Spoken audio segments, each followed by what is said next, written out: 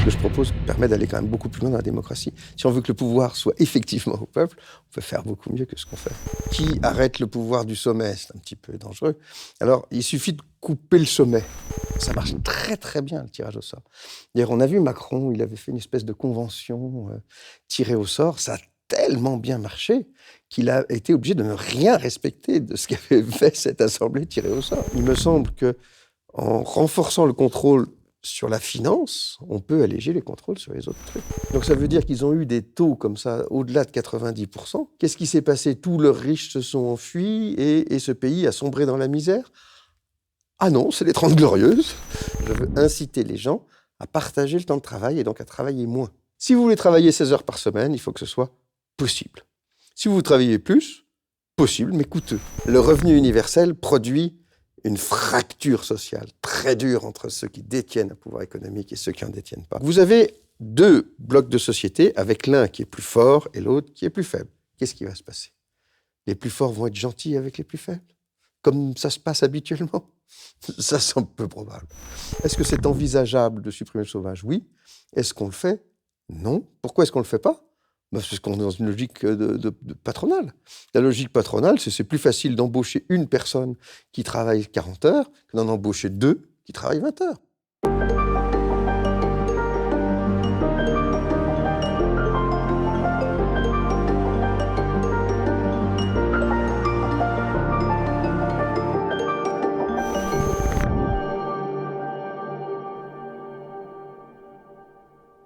Emmanuel Doquez, bonjour. Bonjour. Je suis très heureux de vous recevoir sur la chaîne YouTube du site d'information Elucide. Vous êtes professeur de droit à l'Université de Lyon, spécialisé sur le droit du travail, et vous êtes aussi cofondateur de l'Université populaire de Lyon. Je suis particulièrement content parce que c'est notre première interview de type Inception, puisqu'on a reçu il y a quelques semaines Frédéric Tadei. Donc je conseille l'interview. Et à la fin de notre question traditionnelle, quand on lui demandait qu'est-ce qui n'est pas très connu, qui mériterait d'être connu de tout le monde, il a cité votre livre de 2017, Voyage en misarchie. Donc on va beaucoup en parler, vous allez nous expliquer un peu. C'est un roman qui donne des pistes qui permettent de voir qu'un autre monde est possible, que de nombreux autres mondes sont possibles. Et donc vous proposez des pistes de refondation sociale dans le cadre de ce roman. Alors pour commencer, j'ai envie de vous demander, finalement, c'est quoi alors la misarchie ? La misarchie, c'est pas très compliqué, c'est construit sur deux racines, archi et mise. Enfin, plutôt mise et archi, mise qui n'aime pas, et archi c'est pouvoir. Donc qui n'aime pas le pouvoir, qui déteste le pouvoir, comme misogyne, qui n'aime pas les femmes, etc. Donc en fait c'est une idée qui est assez simple. Les valeurs les plus traditionnelles, et qui sont en fait les miennes, de ce point de vue-là, je n'ai pas d'originalité, c'est la liberté et l'égalité. Ce sont deux valeurs de base qu'on retrouve absolument partout, pas très bien appliquées, mais qu'on retrouve vraiment partout. Et de temps en temps, elles s'opposent un peu, mais de temps en temps, elles marchent ensemble. Et elles ont un vrai point commun, ces deux valeurs-là, l'égalité et la liberté, c'est d'être contre le pouvoir. Parce que quand vous avez beaucoup de pouvoir, forcément, l'égalité, c'est pas terrible. Et quand vous avez beaucoup de pouvoir, que vous êtes soumis, et si vous êtes soumis, forcément, vous n'avez pas beaucoup de liberté. Et donc, en fait, cette racine-là, qui est commune à la liberté et à l'égalité, c'est la méfiance vis-à-vis du pouvoir, la crainte du pouvoir. Et donc, c'est une base qui me semble absolument cruciale. Et donc, c'est sur cette base-là que j'essaie de construire quelque chose. Donc, votre livre est construit sous forme d'un roman où un héros se retrouve dans un pays inconnu suite à un crash aérien, donc qui fonctionne donc sous cette forme de misarchie. Est-ce que vous pouvez nous expliquer justement comment est organisé ce système-là? Parce que en fait, il y a quand même une organisation. C'est pas une anarchie en fait comme on pourrait le penser. Donc, dans votre vision justement, quelles sont les structures globales? Comment marche? Est-ce qu'il y a un État ou est-ce qu'il y a d'autres structures qui permettent de faire fonctionner le pays? Je suis professeur de droit et donc je n'ai pas supprimé le droit. Je trouve que c'est très utile en fait le droit. Et d'ailleurs, si on supprime le droit, si on réfléchit un tout petit peu à ça, qu'est-ce qui se passe en réalité? Très facilement, les plus forts prennent plus de place, ils s'organisent entre eux et finalement on obéit, on arrive très vite à un système assez pyramidal. Si vous voulez faire un système très pyramidal, d'ailleurs, vous avez besoin de très peu de droits. Vous dites que le chef décide de tout, puis voilà, et puis les autres obéissent, et puis c'est assez simple. Si vous voulez faire un système dans lequel il y a le moins de chefs possible, c'est plus compliqué. Parce que naturellement, les gens ont tendance à aller vers la domination, vers le pouvoir. Et si vous voulez l'empêcher, il va vous falloir des règles. Alors, vous allez mettre des contre-pouvoirs, par exemple. Vous allez organiser une rotation des pouvoirs. Vous allez organiser une participation des personnes soumises au pouvoir à la décision. Bref, vous allez faire des tas de choses. Et toutes ces choses-là sont des règles. Et donc, c'est un petit peu plus compliqué d'avoir une situation avec le moins de pouvoir qu'avec plus de pouvoir, en quelque sorte. Et donc, forcément, c'est un système qui est assez organisé que celui que je propose. Alors, évidemment, il ne faut pas tomber dans la gabegie de loi comme aujourd'hui, où on ne comprend plus rien. Mais tout de même, il faut des règles, et il faut des règles qui soient suffisamment respectées pour protéger les gens de la domination brute, qui est quand même quelque chose de très, très, très inquiétant. Alors, comment on le fait ? Eh bien, c'est toute une histoire. Je ne sais pas si... Oui, l'idée, bien sûr, l'idée, c'est de raconter aussi. J'ai aussi quelque chose que j'essaye d'éviter, c'est... justement la pyramide. La pyramide avec au sommet quelque chose qui est une souveraineté, ou quelqu'un qui se prétend souverain. Donc souverain, ça veut dire tout-puissant.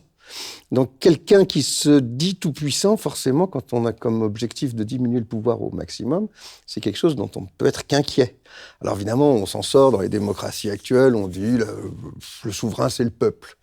Alors, si le souverain est le peuple, c'est pas dangereux, puisque finalement, le peuple, c'est nous tous, jusqu'au moment où quelqu'un vient et dit « je parle au nom du peuple ».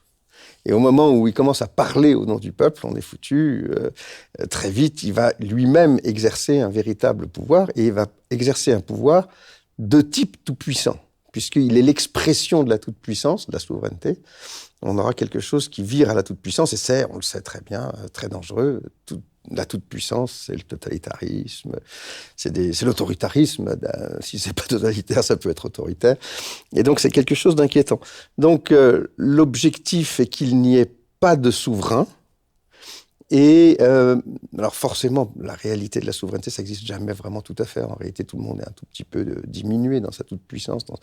Mais pas de souverain non plus comme mythe, c'est-à-dire pas de mythologie de la toute-puissance à laquelle viendraient s'accrocher des personnes qui cherchent à dominer.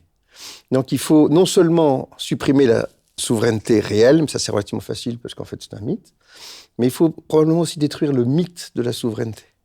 Et alors pour détruire le mythe de la souveraineté, il convient d'avoir des pouvoirs dont aucun ne puisse se prétendre tout-puissant, et qui seront donc les uns limités par les autres. C'est pas très compliqué. Si vous prenez le modèle de l'État actuel, le modèle de l'État actuel est quand même assez pyramidal. Au sommet, vous avez un président de la République, un parlement, une constitution. Enfin bref, vous avez un sommet, en quelque sorte. Et qui dit sommet, dit risque en ce qui me concerne. D'autant que je préfère que le pouvoir arrête le pouvoir. Et donc, qui arrête le pouvoir du sommet ? C'est un petit peu dangereux. Alors, il suffit de couper le sommet. Donc, on supprime la présidence de la République. On peut même supprimer, tout bien peser, le Premier ministre. On peut peut-être supprimer l'unicité du Parlement qui parle au nom du peuple, mais qui est un Parlement unique. Et qu'est-ce qu'il nous reste ? Alors, il nous reste des ministères, par exemple. Alors, pourquoi pas un ministère de l'Éducation nationale, un ministère des Finances, parce que l'impôt, c'est bien pratique, l'éducation gratuite, j'y suis favorable. Et donc, il nous reste un certain nombre de ministères, comme ça, dont on va organiser la coordination sans créer forcément un sommet. Et je pense que c'est assez facile à penser. Alors après, il faut que chacun de ces pouvoirs soit, bien sûr, très démocratique. Moi, j'aime beaucoup la démocratie. En réalité, la misarchie, c'est une espèce d'hyper-démocratie. Et donc, tout doit être organisé de façon très démocratique. Alors, par exemple, il nous faudra des élus. Oui, je pense que c'est difficile de les éviter. Mais ça ne va pas nous suffire, parce qu'on sait très bien ce qui se passe.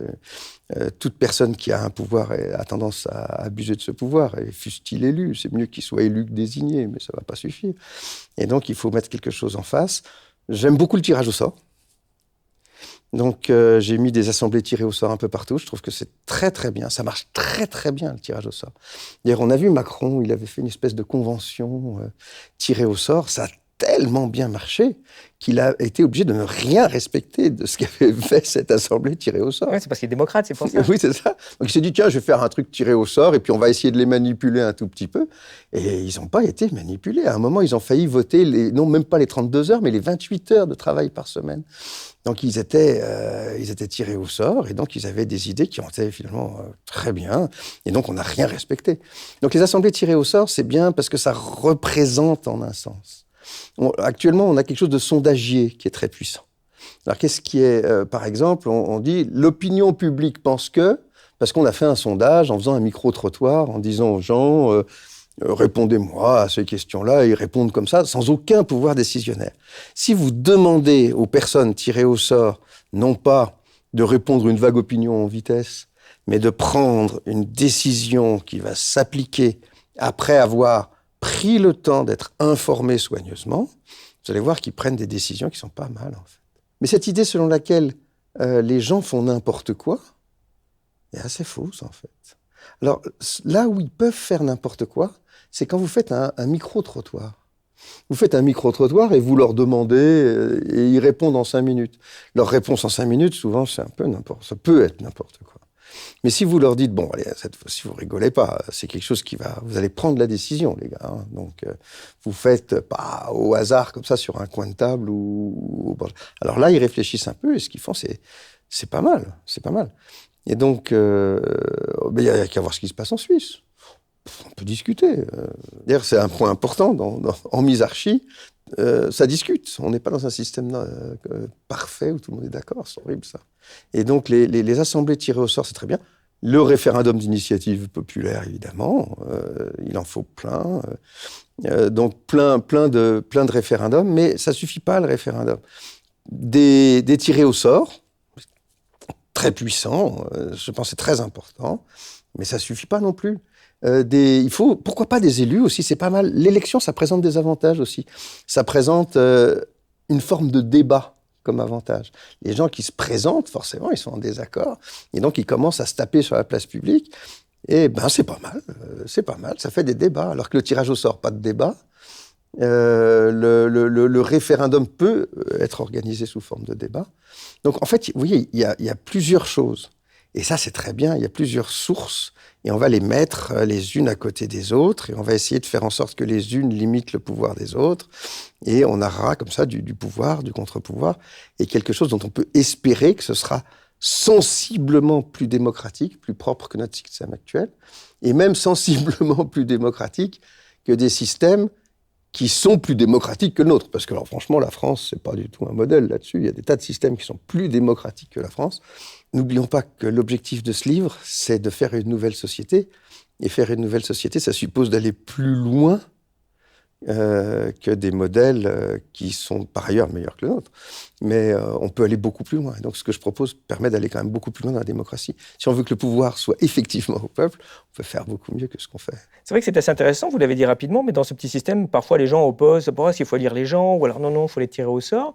Et vous, dans votre exemple, justement, ce que vous avez dit, mais bon, voilà, il faut les deux systèmes pour arriver à avoir un dialogue. Et vous pouvez nous expliquer comment ça marche dans ce cas-là, alors quelle est la bonne source de... Surtout, jamais de monisme, jamais de simplisme. En fait, les différents modes de désignation des personnes qui exercent un certain pouvoir ont des avantages et des inconvénients.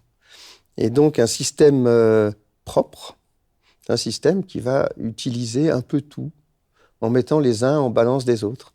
Par exemple, ce que je propose pour mes espèces de ministères, c'est des assemblées qui sont élues, mais spécialisées dans un domaine, par exemple, je sais pas, l'écologie. Donc, on a l'Assemblée de l'écologie. Et puis, vous avez des tirés au sort sur le même domaine qui seront tirés au sort sur l'écologie. Et du coup, quand vous élisez quelqu'un qui est dans la chambre de l'écologie, entre guillemets, vous aurez tendance à prendre des gens qui ont un minimum de militantisme ou de compétences dans ce domaine-là. Et donc, on peut espérer qu'on aura quelque chose d'un peu plus complétant que nos assemblées où les gens sont censément généralistes. Et en réalité, personne n'est généraliste. Et donc, voilà une espèce d'assemblée d'élus, militants et experts. Super dangereux. Parce que non seulement ils sont élus, légitimité, plus un peu militants, bon, et en plus ils se présentent comme experts. Donc on a quelque chose qui peut devenir une technocratie tout à fait effrayante. Donc il convient de mettre quelque chose en face. Mais en même temps, ça présente un avantage, celui de la qualité. Ils vont pas dire n'importe quoi, ils sont un petit peu au courant. Et celui de débat d'un certain niveau, c'est pas mal, mais c'est dangereux. Alors si je mets en face mes tirés au sort, l'avantage de mes tirés au sort, c'est qu'ils n'ont pas ce côté compétence, mais ils représentent pas trop mal le peuple, puisqu'on a autant de femmes que d'hommes, on a toutes les couches sociales qui sont représentées comme un panel représentatif dans un sondage. Donc on les a un petit peu tous. Et donc il y a la moitié d'ouvriers, d'employés, il n'y avait pas beaucoup de cadres, etc. Exactement. Il faut que ce soit représentatif comme un panel de tirés au sort pour un sondage. Et donc ça présente un gros avantage par rapport au système d'élus, parce que les élus, forcément, ils auront fait plein d'études, ils sauront bien parler, ils appartiendront à des catégories supérieures. C'est souvent le cas. Alors que mes tirés au sort, ils seront normaux. Alors, à la fin, vous avez ces deux chambres-là, qu'est-ce qu'il faut faire? Alors, l'une va balancer l'autre. Il convient de donner, à mon avis, le dernier mot aux tirés au sort. Ça va, ils sont déjà suffisamment en position de faiblesse par rapport aux autres qui sont capables de parler, qui ont de la compétence, des trucs comme ça, donc ils sont dangereux, ceux-là. On les met en position d'influence, c'est déjà bien. Le dernier mot pour l'Assemblée tirée au sort. Ce qui fait que les autres, déjà, ils vont être obligés de faire des trucs à peu près clairs. Sinon, les autres ne vont pas comprendre. Donc déjà, ça nous évitera ces espèces de lois dégoûtantes que personne ne comprend. Et puis, ils seront sous le contrôle des tirés au sort. Et moi, j'ai toute confiance sur ces tirés au sort, notamment pour éviter le poids des lobbies. Les autres, comme ils sont un peu professionnels de la politique, ils sont continuellement sous influence. Alors que les premiers, ils sont tirés au sort, mais ils sont peut-être tirés au sort que pour une loi. Donc, ils n'auront pas le temps d'être corrompus. Ils seront sous surveillance. Donc, si je comprends bien, l'idée, c'est que s'il n'y avait que des élus spécialistes du climat, ils vont nous dire assez rapidement on interdit la voiture et puis tous à vélo. Et puis, ceux qui habitent à 50 km de leur lieu de travail, tirés au sort, diront non, il faut trouver quelque chose de plus équilibré. Et puis, quitte à gagner par ailleurs ce qu'on gagne pas là, c'est un peu l'idée, en fait, c'est ça? Forcément. Mais les tirés au sort diront attention, on habite à la campagne, c'est super sympa avec vos suppressions de la voiture. Mais bon, pour l'instant, juste, on ne peut pas s'en servir. Enfin, on ne peut pas s'en passer parce qu'on a des... Donc forcément, des compromis vont apparaître. Vous allez vous apercevoir d'ailleurs que les tirés au sort, lorsque vous les mettez dans des problématiques générales, ils raisonnent assez peu par rapport à leur petit monde. Ils sont comme tout le monde, ils sont capables de penser des choses générales. Et d'ailleurs, c'était ça la Convention Macron, c'était sur le climat. Ils ont eu des propositions qui étaient bien plus avancées que ce que Macron a pu accepter. Justement, dans ce système-là, vous allez plus loin, histoire qu'on soit encore un peu plus concret, parce que là, on parlait un peu de structures supérieures, en fait, d'organisation de la société. Mais vous proposez des modèles d'associations, des modèles de districts qui redescendent vraiment la démocratie encore à un niveau beaucoup plus local. Est-ce que vous pouvez nous expliquer ce que c'est, comment ça marche et jusqu'où ça va dans votre vision? Alors, pour moi, il y a deux types d'organisations qui font sens. C'est pas beaucoup, hein. Ça en fait que deux. Alors, et ça suffit, à mon avis, deux types d'organisation. Il y a un type d'organisation qui est de type volontaire. Les gens décident de s'associer et de faire quelque chose ensemble. Ça peut être une entreprise, d'ailleurs. Hein. Donc, ils décident de s'associer. Ça peut être un club de boules, ça peut être une famille. Les gens décident de faire une... et puis, il y a des cas dans lesquels on ne décide pas. C'est ce que j'appelle les districts, on pourrait trouver n'importe quel autre nom. C'est des regroupements qui sont liés au fait que vous habitez quelque part. Bon, alors, si vous habitez quelque part, forcément, vous êtes impacté par la voirie, par la distribution d'eau. Forcément, il y a un certain nombre de normes qui vont s'appliquer à vous parce que vous habitez quelque part. C'est une espèce d'appartenance forcée à un collectif. Alors, le district, ça existe, et donc il faut l'organiser. Et l'association, ça existe aussi, il faut l'organiser aussi. C'est différent, parce que d'une association, on peut partir. On dit, je m'en vais. Alors que d'un district, vous pouvez partir, mais il faut déménager. Alors déménager, c'est lourd, en fait. C'est compliqué de déménager, surtout si le district est un petit peu grand. Ça ressemble presque à un bannissement s'il est très, très grand, le district. Et donc, en réalité, c'est faux, vous ne pouvez pas partir. Mais vous avez le droit, comme vous habitez là et que la règle s'applique à vous, vous avez le droit de participer d'une manière ou d'une autre, en étant tiré au sort, en votant à l'adoption de la règle. Dans votre livre, parce qu'effectivement, on a parlé un peu d'association, donc les gens vont penser à l'association, en effet, de l'amicale des boulistes, mais ça va très loin, parce que pour vous, dans l'association, vous y mettez aussi le choix des règles, le choix du droit, le choix des lois, quelque part qu'on est prêt à accepter. Votre livre s'ouvre sur cet exemple-là, où justement le héros, Sébastien, est plongé tout d'un coup dans un autre système, où il se rend compte que les gens choisissent finalement les lois qu'ils acceptent quelque part de suivre. Dans une certaine mesure. Dans une certaine mesure. Parce que, Expliquez-nous ça. on voit que je suis modéré en tout, finalement. À chaque fois, je dis dans une certaine mesure.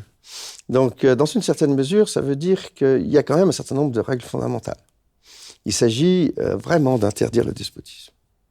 Donc, par exemple, une association qui interdirait à ses membres de quitter l'association, bon, ce serait contraire à ce qu'on pourrait appeler l'ordre public. Chacun doit pouvoir quitter une association. Donc, on a comme ça des fondamentaux qui vont prohiber le racisme, qui vont prohiber des trucs de base, en quelque sorte, sans lesquels on ne peut pas avoir une société convenable. D'autant plus que c'est une société qui est beaucoup basée sur le respect de l'autre et sur la tolérance. Et donc, il y a des règles, forcément, qui vont vous interdire d'aller attaquer l'association des voisins parce qu'ils ne font pas comme vous. Sinon, on est foutu, c'est la guerre civile. Donc il y a bien sûr des règles communes. Mais, autant que faire se peut, je préfère que les gens soient d'accord avec les règles qu'ils appliquent. Et donc, une fois que vous avez ce noyau de règles qui est un noyau de règles d'ordre public, eh bien, il convient d'avoir d'autres règles qui peuvent être choisies par les personnes en fonction de leurs préférences. Parce que un des grands principes, c'est aussi de laisser vivre les gens comme ils veulent. On a tous des préférences de mode de vie, on a tous des préférences... Mais alors, si on commence à les imposer aux autres, c'est foutu. Donc, il faut, à mon avis, qu'il y ait le plus de diversité possible dans les façons de vivre, parce que ça permet du choix. Et si on a beaucoup de choix, ça permet beaucoup de liberté. Donc, il faut qu'il y ait vraiment beaucoup de diversité. Et donc, ça veut dire aussi qu'on laisse les gens faire un peu comme ils veulent. Et si certains veulent construire ce que j'appelle des codes supplétifs, qui veulent construire des codes de loi, ils peuvent construire leur propre code de loi. C'est quoi dans ce cas-là le code de loi ? Alors, par exemple ? Ouais, par exemple. Vous pouvez, par exemple, il y a des gens qui ont envie de vivre sans aucune propriété et ils veulent tout mettre en commun.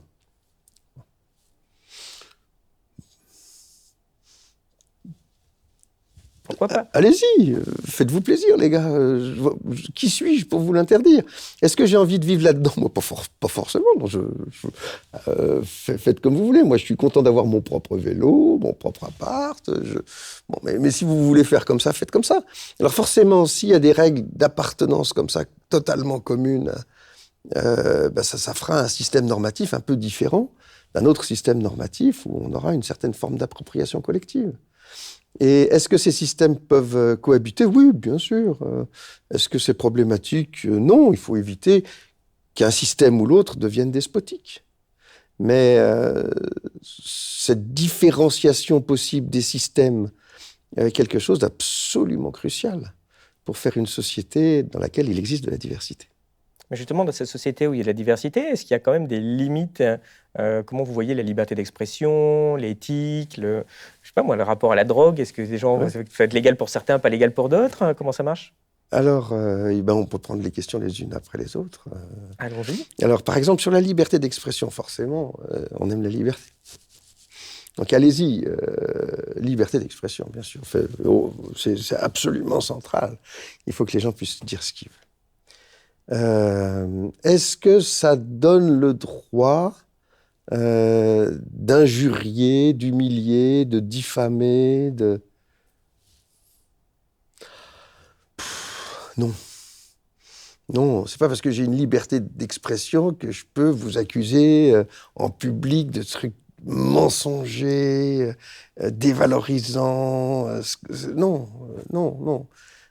Donc, en fait, toutes les grandes libertés trouvent des limites lorsqu'elles sont utilisées au détriment d'autrui, pour brutaliser autrui, pour dévaloriser autrui, pour porter atteinte à la dignité d'autrui. Donc forcément, toutes les grandes libertés ont cette dimension-là. C'est vrai pour la liberté d'expression. Alors moi, je suis pour la liberté d'expression. Est-ce que je suis favorable à la liberté de l'expression, je sais pas, raciste ? Mais non. En fait, le racisme relève de l'insulte, ça relève de l'injure. Quand vous êtes raciste, vous allez dire de quelqu'un qu'il est inférieur par la race à vous. Enfin, Et donc, c'est une atteinte à sa commune humanité, c'est une atteinte à sa dignité, c'est une agression, c'est comme de lui mettre un coup de poing dans la figure. Est-ce qu'on a le droit d'aller et venir? Oui. Oui, vive la liberté d'aller et venir. Est-ce que j'ai le droit d'aller chez vous et de me coucher dans votre lit? Non. Forcément. Pourquoi? Parce qu'on voit bien que ma liberté d'aller et venir va pas aller jusqu'à empiéter sur votre intimité de la vie privée. Et de la même manière, ma liberté d'expression, il faut pas qu'elle empiète sur votre dignité. Et donc, on voit bien que toutes les libertés comme ça, elles ont leurs limites. Il faut faire attention à ne jamais trop simplifier les choses, voyez. Et donc, vous allez avoir une liberté d'expression, mais vous allez avoir une exigence de respect d'autrui. Et ceci va limiter cela. Cette chaîne YouTube ne vit que grâce aux abonnements. Pour nous soutenir, vous pouvez vous abonner à notre site www.elucide.media. Vous aurez accès à de nombreux contenus exclusifs et vous permettrez en plus à notre média de se développer. On compte sur vous. Donc là, c'était sur la partie des associations. On a parlé rapidement des districts. Vous avez dit le district, bon, il est lié, j'ai pas le choix parce que c'est local. Alors bon, évidemment, vous citez dedans quelque part une sorte de sécurité sociale, la santé, aller à l'hôpital. Évidemment, faut pas laisser les gens choisir, sinon ils prendront l'assurance santé que quand ils sont malades et pas le reste du temps. Vous citez aussi un exemple dedans qui est intéressant dans le district global, qui est la Banque centrale finalement. Oui. Et vous parlez beaucoup de la monnaie dans votre livre. Le héros est un peu choqué parce que finalement, il n'y a qu'une banque. Comment ça marche alors la monnaie et les banques dans ce système? Alors, j'ai du contrôle sur la monnaie. Je pense que il y a du contrôle sur les armes à feu aussi. Hein. Et la monnaie, ça peut être une sacrée arme à feu. Donc, il faut faire un tout petit peu attention à la monnaie. C'est le moyen de l'accumulation et c'est le moyen de domination terrible, on le sait. Donc, il faut faire un petit peu attention. Faire un petit peu attention, ça veut dire faut contrôler. Aujourd'hui, on vit dans une société où les flux financiers sont susceptibles d'être rendus presque totalement opaques, en faisant des sociétés écrans, avec des paradis fiscaux. Si vous voulez planquer votre pognon, c'est pas très compliqué. Si vous voulez cacher vos revenus, franchement, c'est pas très compliqué. Vous mettez 3 sociétés écrans, c'est ce qu'ils font d'ailleurs. C'est pas très difficile. En revanche, si vous voulez cacher votre vie privée, si vous avez des conversations intimes ou des choses comme ça, pour les cacher, c'est très très difficile, parce que alors là, on écoute les portables, on écoute les conversations, on peut lire vos emails. Alors je pense qu'il faut inverser le truc. Je pense qu'il faut crypter les emails, qu'il faut que les conversations soient vraiment cachées. En revanche, les flux financiers, je pense qu'ils doivent être transparents. Donc la multiplication des banques et des personnes morales à l'écran, c'est quelque chose qui est pas terrible. Vous avez 6 comptes en banque, ça va vous permettre de jouer, et 2 d'entre eux sont dans des sociétés qui sont au Caïman, ou je sais pas quoi. Non, ce genre de système est problématique. D'autant plus que, parmi mes objectifs, je veux lutter contre les inégalités. Et donc, pour lutter contre les inégalités, je dois lutter contre les accumulations. Et pour lutter contre les accumulations, c'est pas très compliqué sur le papier. On fait des taux d'imposition très élevés pour les revenus très élevés. Il y a plein de règles possibles, mais toutes ces règles-là, pour qu'elles fonctionnent, supposent d'empêcher l'évasion fiscale, par exemple. Et pour empêcher l'évasion fiscale, il faut un minimum de transparence. Donc, une banque centrale, une certaine transparence. J'ai créé la possibilité d'un despotisme. Je suis pas un gros naïf. Je vois bien que derrière la connaissance des flux financiers, la connaissance totale possible des flux financiers, il y a la possibilité d'un contrôle très très fort sur les personnes. Et donc, j'ai peur. Donc, il va falloir que je trouve des contre-pouvoirs. Donc, j'ai mis en place toute une série de contre-pouvoirs qui font que ces flux financiers sont effectivement transparents, mais il convient qu'il y ait très peu de personnes qui aient accès à ces informations. Et que ce soit seulement pour des raisons de type lutter contre l'évasion fiscale, qu'on puisse avoir accès à ces informations. Et donc, il nous faut des contrôleurs. Des contrôleurs, mon Dieu, ils sont dangereux. Bon, alors, il faut que je mette des contrôleurs face aux contrôleurs. Et alors, du coup, j'ai construit 2 corps de contrôleurs qui sont chargés de se contrôler les uns les autres. Alors, pour qu'ils se contrôlent efficacement, il ne faut pas qu'ils s'allient. Vous savez que le pouvoir a tendance à s'allier au pouvoir. Vous avez qu'à regarder le sommet de l'État et le sommet du capitalisme. Ils arrivent à s'entendre. Hein. Normalement, l'un devrait être un contre-pouvoir par rapport à l'autre. Ça marche à moitié. Donc, il faut que mes contre-pouvoirs soient effectifs. Donc j'ai deux sortes de contrôleurs. Comment faire en sorte qu'ils se contrôlent vraiment? Mais il faut qu'ils se détestent. Alors, comment faire en sorte qu'ils se détestent? Très facile. Il suffit de les recruter sur des bases complètement différentes. Alors, je recrute les uns avec un concours très mathématique, genre grandes écoles, méritocratie, mais plutôt à 20 ans, 18 ans, très jeunes. Une espèce de méritocratie très très jeune, donc ils se prennent pas pour de la merde. Forcément, les gars, ils ont réussi des grands concours, ils sont très fiers, ils se trouvent très très très intelligents, et ils forment une espèce de petite élite, ils sont contents. Et c'est eux qui vont contrôler en fait les opérations. Alors ils vont avoir accès, et ils vont être juges, enfin ils vont être contrôleurs de ça. Mais j'en mets d'autres qui sont recrutés sur une base complètement différente. Donc là, ancienneté, éthique, qualité de la. Vous avez été quelqu'un vous avez démontré votre altruisme vous avez plutôt 40-50 ans. Et donc eux, ils se prennent pour des justes et bons en quelque sorte. Alors forcément, ceux-là détestent ces petits cons qui se prennent pour je sais pas quoi parce qu'ils ont réussi leur concours de maths. De l'autre côté, les petits cons considèrent que les vieux glaireux sont absolument nuls et crétins avec leur pseudo-éthique, mais en fait, ils sont incapables d'aligner deux additions. Et donc, c'est bon. Et ensuite, vous chargez les uns de contrôler les autres. Et ils vont vraiment se contrôler parce qu'ils se détestent. Et donc, c'est toujours ça, on réfléchit pouvoir contre pouvoir. Et donc, vous avez assez peu de personnes qui ont accès à ces informations. Elles sont divisées en plusieurs groupes de personnes qui se contrôlent les uns les autres. Bon, est-ce que ça va marcher? Il faudra regarder. Si ça marche pas, on en rajoutera un peu ici, on en rajoutera un petit peu là. C'est pas si simple. Mais je pense que l'idée de base d'une transparence possible des fonds, des marchés financiers, de la finance, des comptes en banque, cette transparence-là me semble nécessaire si je veux éviter les valises de billets, la mafia, les paradis fiscaux et plein de choses qui sont vraiment très, très, très embêtantes. Donc ça me semble très utile. Est-ce que c'est dangereux? Oui. Bon, à moi de mettre en face des contre-pouvoirs crédibles qui permettront au danger que ça produit de ne pas se réaliser. C'est toujours comme ça. C'est intéressant parce que pour montrer que votre réflexion va loin, effectivement, déjà on voit que ça a bien cogité là quand même. Oui, j'ai mis du temps. Mais vous allez même encore plus loin parce qu'à un moment, quelqu'un se dit oui, mais maintenant qu'il y a une grosse centralisation dans votre exemple, enfin, qui est la situation aujourd'hui d'à peu près tout, partout. Mais si demain, il y a un risque de l'arrivée d'un pouvoir fasciste, autoritaire, et vous avez prévu justement quelque chose sur cette grosse base de données qui permet de contrôler la population, parce qu'il se passe quoi dans ce cas-là? Il faut absolument que toutes ces bases de données soient détruites. Il faut qu'un éventuel système totalitaire, autoritaire, étranger ou pas étranger, qui viendrait, il faut pas lui simplifier les choses. Et donc, tout doit pouvoir s'autodétruire pour générer un véritable chaos.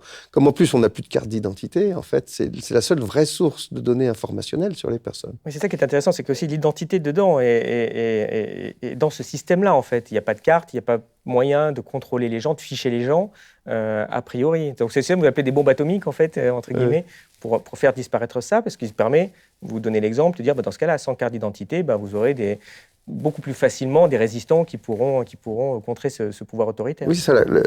Une fois que vous avez cassé les comptes en banque, puisque c'est le moyen fondamental de contrôle, finalement, ça va être par là que ça passe. Parce que je pense que la finance, c'est ce qui doit être contrôlé. Si vous le faites sauter, comme il n'y a rien d'autre, typiquement, actuellement, on a des cartes d'identité. Ça sert à quoi? Ça sert à fixer les noms. Enfin, appelez-vous comme vous voulez, moi je m'en fous. Choisissez vos noms, faites-vous plaisir. Vos parents vous ont appelé comme ça? Ça vous plaît pas? Allez-y, changez de prénom, changez de nom de famille, faites-vous plaisir. En revanche, vous ne pouvez pas changer tant de ça que de compte bancaire. Comme ça, on a quand même, sur ce qui peut être dangereux, un œil en quelque sorte. Et sans monnaie, en réalité, les risques sont très très limités. On peut faire un petit peu de troc, mais ça va pas aller bien loin. Donc, le contrôle de la monnaie permet de libéraliser plein d'autres choses, de libéraliser la parole, d'autoriser le cryptage des conversations. Et en fait, par ce biais-là, actuellement, par exemple, on a des problèmes de délinquance et de mafia et de choses comme ça. Tout passe par l'argent liquide. Et par les paradis fiscaux, et par les sociétés écrans. Et alors, pour lutter contre la délinquance, alors on envoie d'énormes moyens, et notamment les cartes d'identité, les contrôles, les choses comme ça. Il me semble qu'en renforçant le contrôle sur la finance, on peut alléger les contrôles sur les autres trucs. Seulement, actuellement, on ne veut pas contrôler la finance parce que la finance, c'est le capitalisme. Et on veut laisser le capitalisme échapper aux lois. Et c'est pour ça, dans votre exemple, où en Misarchie, il n'y a pas d'argent liquide, en fait? Oui, c'est ça. Pas d'argent liquide, parce que, justement, qui dit argent liquide dit valise de billets. Qui dit valise de billets dit il va falloir trouver d'autres moyens de contrôle. Et si on trouve d'autres moyens de contrôle, eh ben, on en trouve actuellement, il y en a. Mais ils sont, à mon avis, plus invasifs et plus dangereux.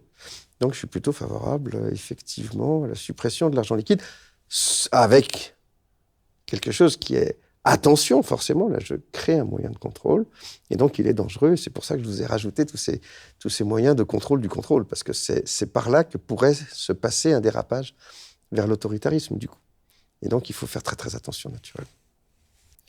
Ce problème des données, des data, comme on dit, qui est au centre de toutes les entreprises, qui veulent des data, ils veulent des data pour faire leur business, hein, disons en étant gentils, sans y voir malice a priori. Mais ce que les gens ne comprennent pas bien quand on n'est pas dans ces systèmes-là, dans ces capacités mathématiques, c'est que, je ne sais pas s'il y avait un régime d'oppression. Il n'y aurait pas besoin d'aller chercher pour savoir si vous aviez dit quelque chose il y a 5 ans qui pose problème. Les pouvoirs mathématiques de Big Data vous sortent immédiatement une liste de résistants qui peut-être n'ont encore rien fait, rien dit, mais vous pouvez savoir parce qu'ils ont dit ça, parce qu'ils ont liké ça, parce qu'ils ont lu tel livre, parce que vous pouvez identifier, en fait, vous pouvez savoir la liste des personnes à arrêter, à exécuter, à surveiller, à récompenser. Là, j'ai mes collabos directs, et puis là, j'aurai le SS de base pour faire les bases d'œuvres. Avec Facebook, vous pouvez le faire, ça. Tout est en place.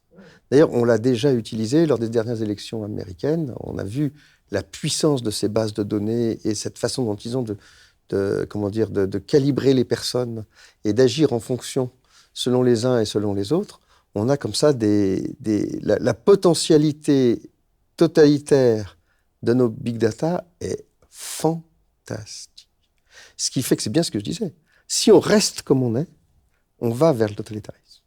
Donc, il faut impérativement réfléchir vite à la construction de contre-pouvoirs, à la réduction de tout ce qui peut ressembler à un embryon de totalitarisme. Vous opposez un peu, clairement, parfois la loi avec le risque, justement, d'atteinte aux libertés.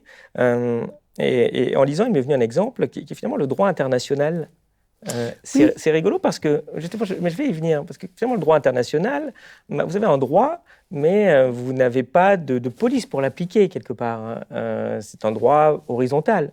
Mais on voit que du coup, ça se règle plutôt avec la force.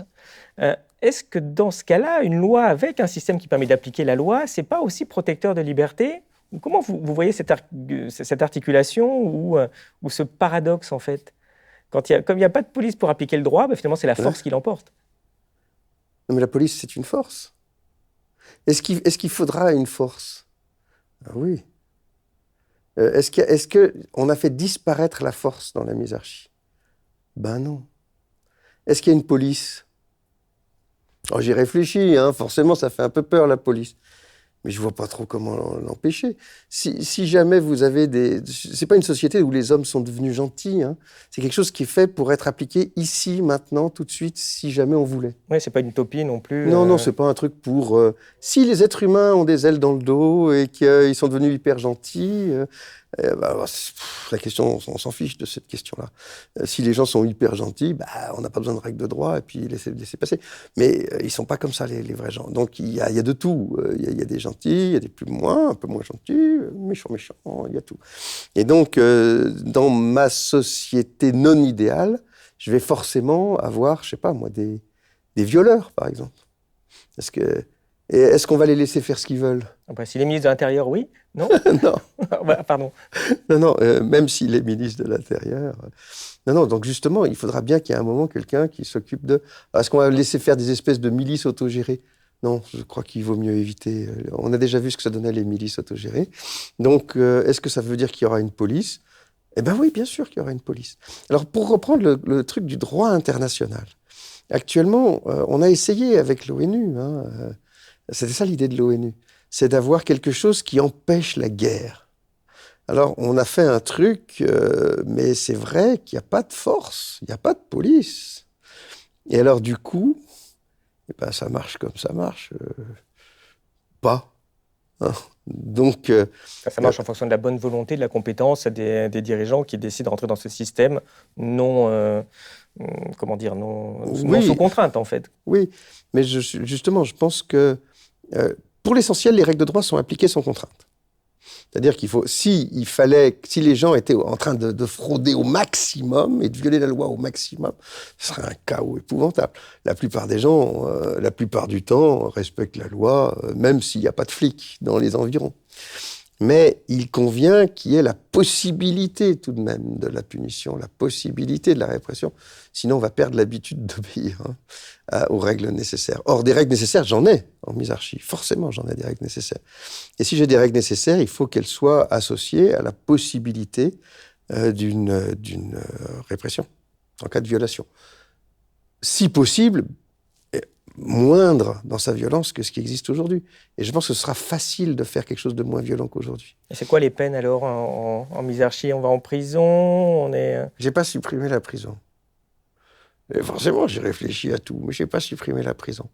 Et alors, parfois, on me dit, oui, mais alors justement, ton système n'est vraiment pas sympa, il y a des gens en prison.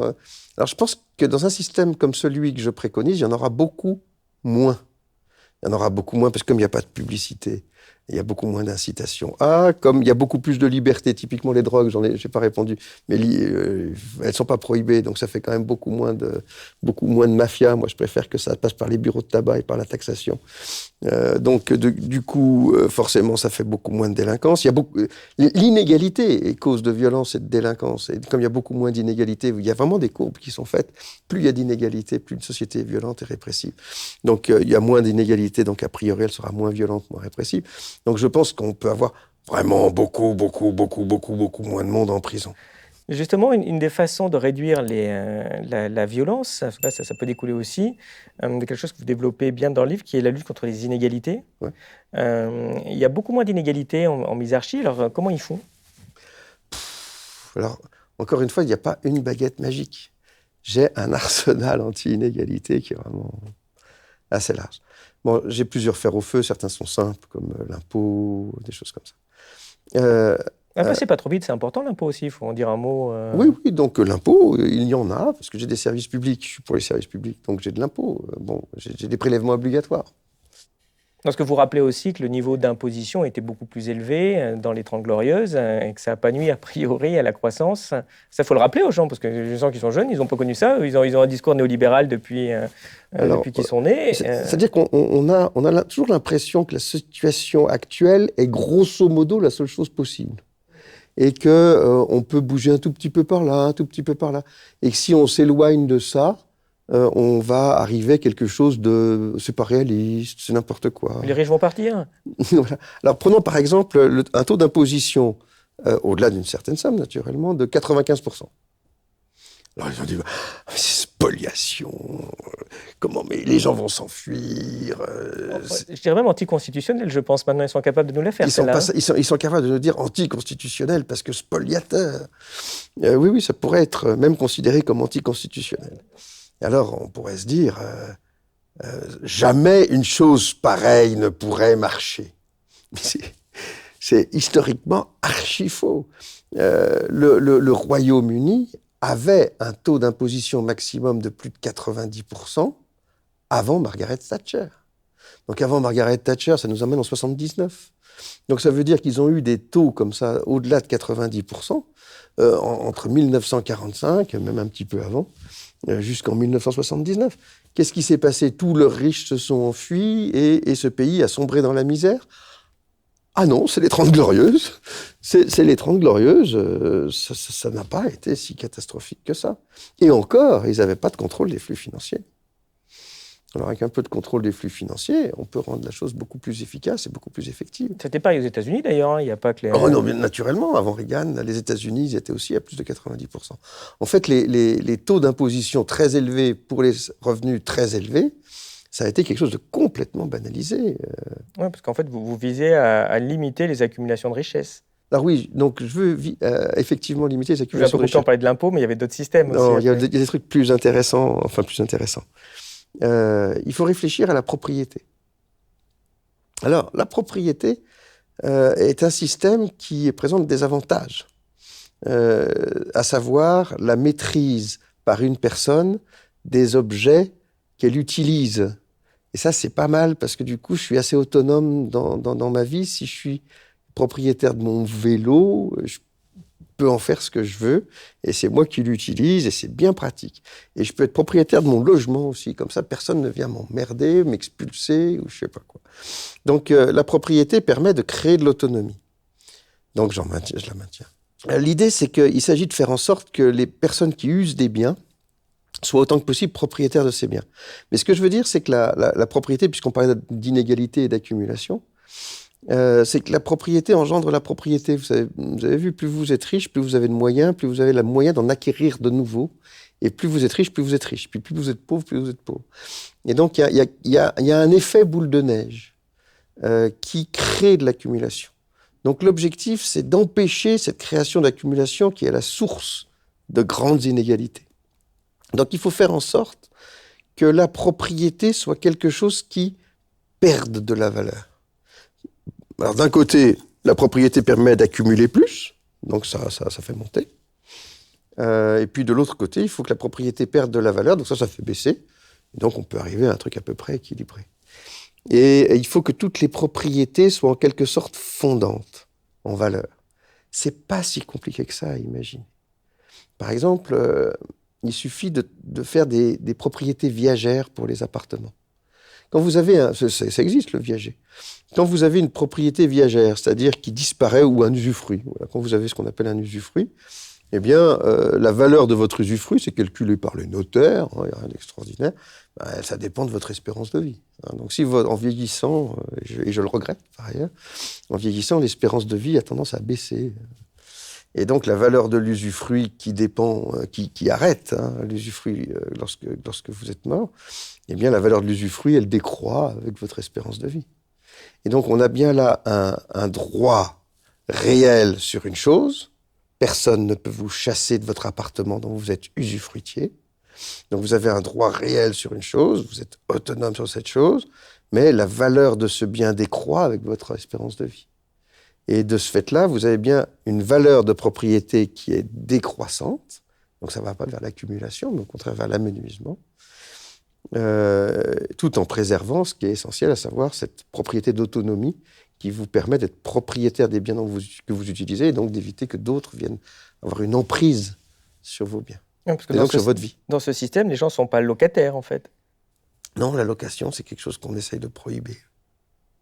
Alors, comment on peut plus... Vous l'avez dit un peu de Oui. façon théorique, mais de façon pratique, ça se passe comment alors? Tout le monde devient propriétaire, mais comment? Ça coûte cher. Quel est le propriétaire des logements à qui vous l'achetez, finalement? Comment ça se passe? Alors, on peut très bien se les vendre les uns aux autres. Ça pose pas de problème. Par contre, c'est le prix qui est régulé. Absolument. Alors là, forcément, on rentre dans un truc un petit peu plus compliqué. Limite, il faudrait que je fasse un schéma. Mais l'idée que je viens d'essayer d'expliquer, c'est qu'on ne peut avoir que pour les logements que des propriétés viagères, c'est-à-dire pas des propriétés perpétuelles, des propriétés qui durent pour des générations et des générations. Du coup, pour simplifier, j'ai dit que la valeur d'un bien, on comptait que c'était 100% de la valeur de ce bien, 100, ça correspondait à l'espérance de vie de 100 ans. Optimiste. Mais bon, simple. Donc j'ai un bien et je considère que, par exemple, il vaut 200 000. Il vaut 200 000 sur 100 ans, parce que c'est une valeur complète, en quelque sorte.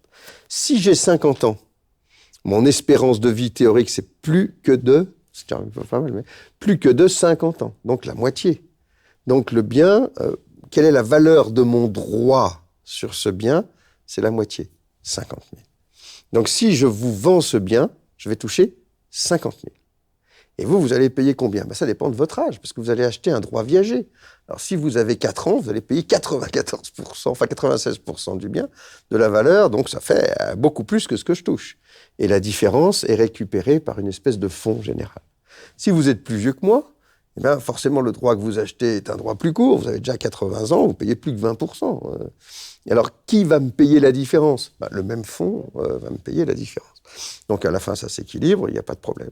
Et donc, on peut comme ça se vendre des droits viagers les uns aux autres avec une espèce de fonds de compensation.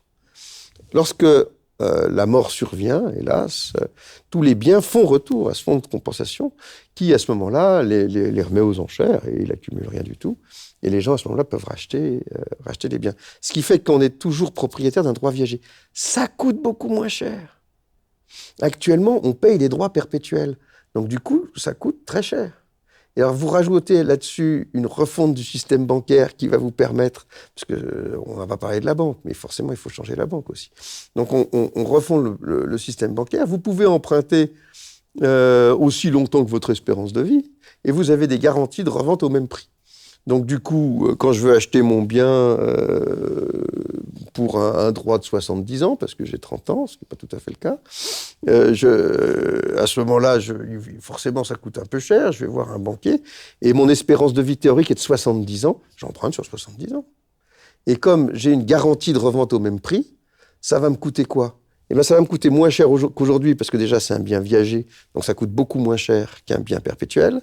Ensuite, comme j'ai emprunté sur 70 ans, ça va me coûter beaucoup moins cher qu'un loyer. Sans intérêt ? Et alors, sans intérêt, oui, le taux d'intérêt, on pourra en parler, mais normalement, les comptes en banque ont des taux d'intérêt négatifs parce que je veux que tout décroisse et que la valeur décroisse. Donc, du coup, si vous n'avez pas de taux d'intérêt, c'est quand même pas mal par rapport à la valeur qui est sur un compte en banque dont la valeur décroît doucement. Et donc, pour ceux qui ont beaucoup, il y a une petite perte. C'est comme une petite ponction, ce qui permet d'avoir cette propriété décroissante un peu partout. Donc, en fait, il n'y a pas de spéculation, il n'y a pas de bulle immobilière, c'est ce genre d'idée, en fait. Donc, ça permet d'éviter ça. Et ça permet, et ça, c'est à mon avis très important, de baisser considérablement le coût du logement. Actuellement, quand vous regardez le budget des personnes, le coût du logement est une dimension très importante des budgets des personnes. Et c'est problématique. Ça vient de plein de raisons, et notamment du fait de cette propriété perpétuelle qui coûte très cher, du fait des loyers, du coup on exige des gens qui coûtent très cher, des emprunts qui sont sur des durées avec des taux d'intérêt élevés, etc., qui coûtent très cher. Et donc tout ça fait que le logement, sans compter les bulles, les spéculations, le logement coûte terriblement cher. Donc, avec un système comme celui-là, il n'y a aucun doute qu'on obtiendra un effondrement des prix de l'immobilier. Ce qui me va très bien. Je voudrais que l'immobilier soit beaucoup moins cher pour que les gens puissent se loger décemment à des prix abordables et qu'ils puissent consacrer une partie importante de leurs revenus sur d'autres postes que le logement. Et dans votre système de Misarchi, finalement, ce système est basé sur 2 ou 3 principes que vous avez résumés de façon très courte dans des jolies petites formules qui sont... Alors, par exemple, qui use acquiert. L'objectif, c'est que soit propriétaire d'un bien celui qui utilise ce bien. Pour une raison toute simple, c'est que lorsque le propriétaire est aussi l'utilisateur, la propriété permet de renforcer l'autonomie de l'utilisateur. Alors que lorsque le propriétaire, c'est quelqu'un d'autre que l'utilisateur, eh bien ce quelqu'un d'autre, parce qu'il est propriétaire de ce qu'utilise le premier, ce quelqu'un d'autre va avoir forcément un pouvoir sur le précédent. Donc il faut faire attention, il faut essayer d'avoir une espèce de coïncidence entre l'usage d'un bien et la propriété d'un bien. Donc comment faire ? Eh bien il faut faire en sorte que toute personne qui use un bien soit finalement dans la position d'acquérir ce bien, et que, en sens inverse, lorsque vous n'utilisez plus un bien, eh bien, vous en perdez la propriété. Qui délaisse, laisse ? Voilà, qui délaisse, laisse. Donc, si typiquement vous êtes propriétaire, usufruitier même de votre appartement, et que vous ne vous en servez plus, eh bien, au bout d'un moment, moyennant indemnisation à la hauteur de la valeur de votre droit, on vous privera de ce droit que vous n'utilisez pas, afin qu'une personne puisse l'utiliser. Votre deuxième principe, c'est tout s'écoule, et il est vraiment central dans ce système. Oui, tout s'écoule, ça veut dire que rien ne doit être figé. Tout s'écoule, ça veut dire que la vie est limitée. Et comme la vie s'écoule, malheureusement, mais c'est comme ça, il faut que les droits soient eux aussi indexés à ça. Et c'est cette idée de déperdition progressive de la valeur, elle est en fait fondamentalement indexée au caractère limité de la vie.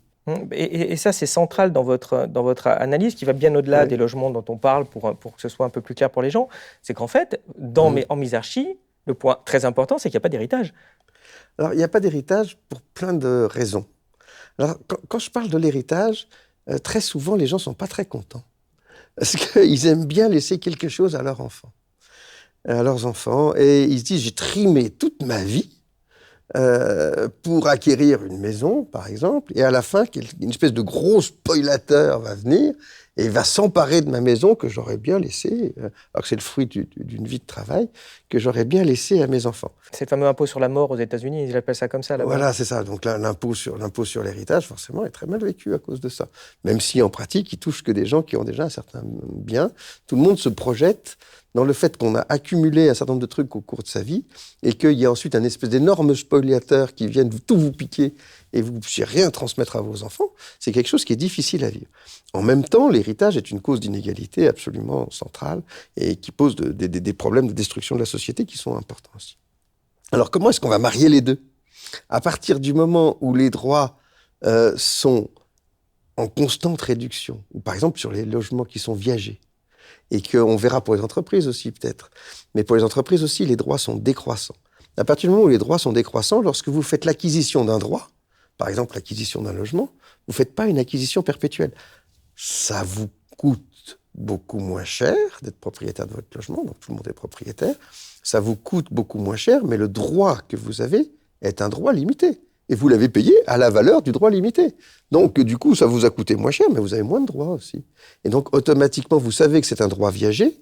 Et donc, lorsqu'il disparaît à cause de mort, c'est pas une spoliation, c'est l'échéance normale de votre droit. Et vous en avez eu pour votre argent.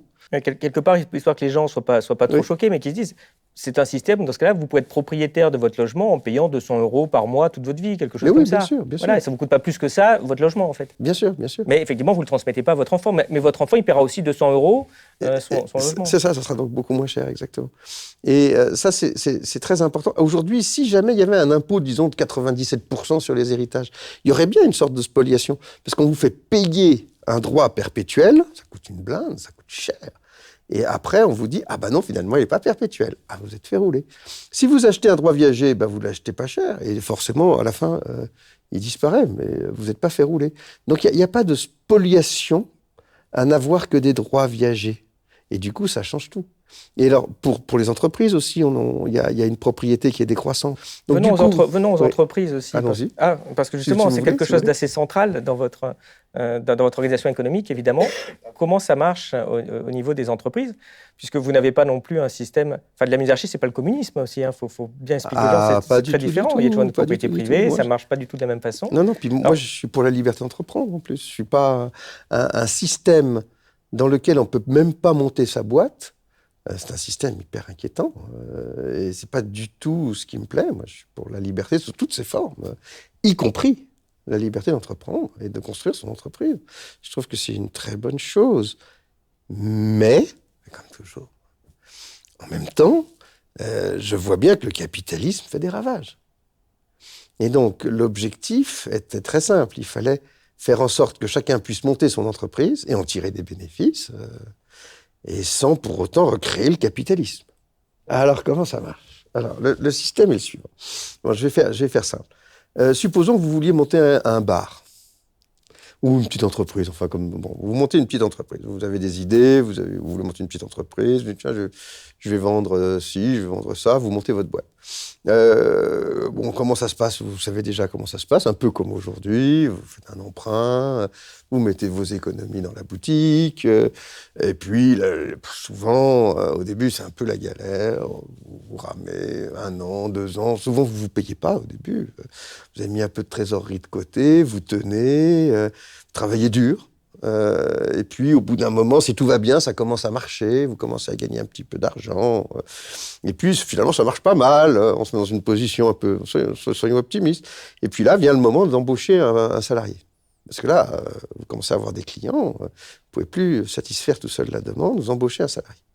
Bon, supposons un système coopératif égalitaire absolu il faudrait que le salarié devienne immédiatement une espèce de coopérateur à 50%. Mais j'embauche jamais. Voilà, c'est pas compliqué. J'ai mis tous mes sous, j'ai travaillé pendant 4 ans sans me payer. J'embauche le type, je lui file la moitié du truc. Ah non, la générosité a ses limites. J'embauche jamais. Donc, si je veux, et je veux, que cette création d'entreprise soit possible, et qu'on puisse embaucher des gens, que ça puisse grossir, eh bien, j'admets l'inégalité. Donc, à ce moment-là, quand il va embaucher un salarié, eh bien, ça sera toujours son entreprise. Et d'ailleurs, le type sera un salarié. Et donc, il sera subordonné, et on appliquera le droit du travail. J'ai rien changé.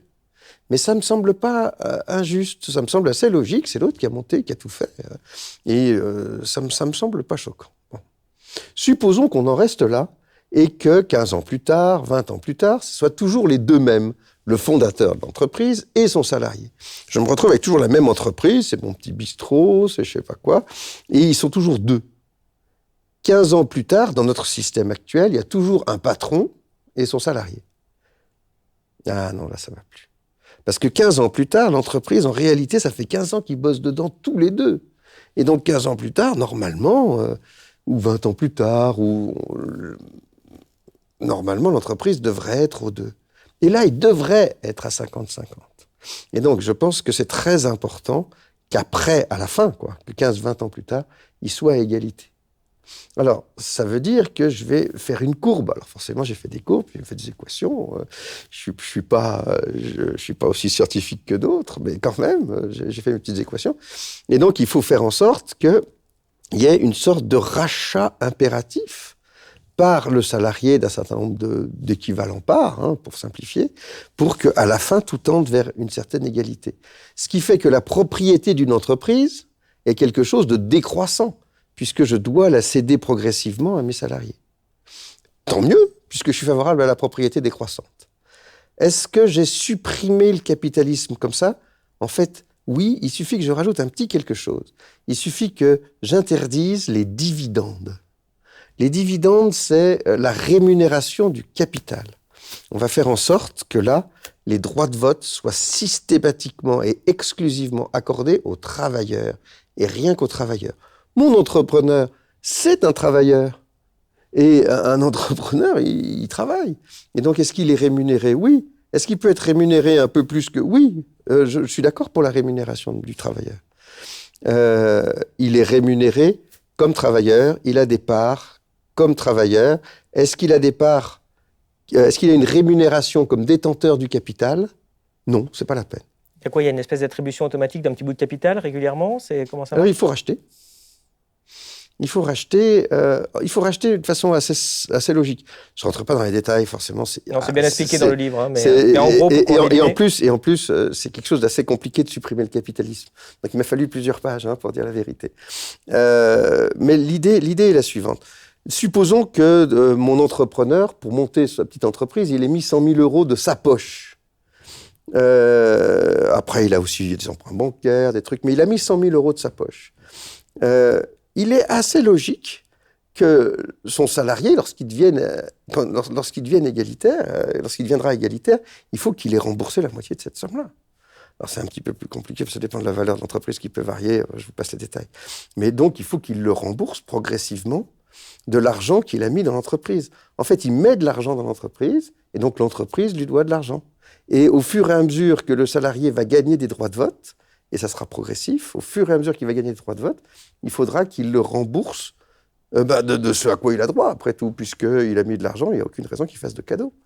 Et donc, il faut qu'une partie du salaire soit affectée au remboursement de cette somme qui a été mise par l'entrepreneur au départ. Somme qui peut être réévaluée en fonction de la valeur de l'entreprise, ce qui permet des choses. Alors après, on rachète combien ? Alors, un salarié, pour qu'il devienne égalitaire, il faut un certain nombre d'années. Maintenant, s'il y a 1000 salariés, forcément, c'est un petit peu différent. Vous ne pourrez pas être majoritaire tout seul s'il y a 1000 salariés.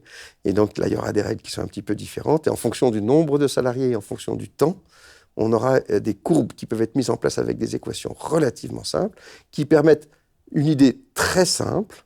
Cette idée très simple, c'est que finalement, toutes les entreprises tendent vers l'autogestion.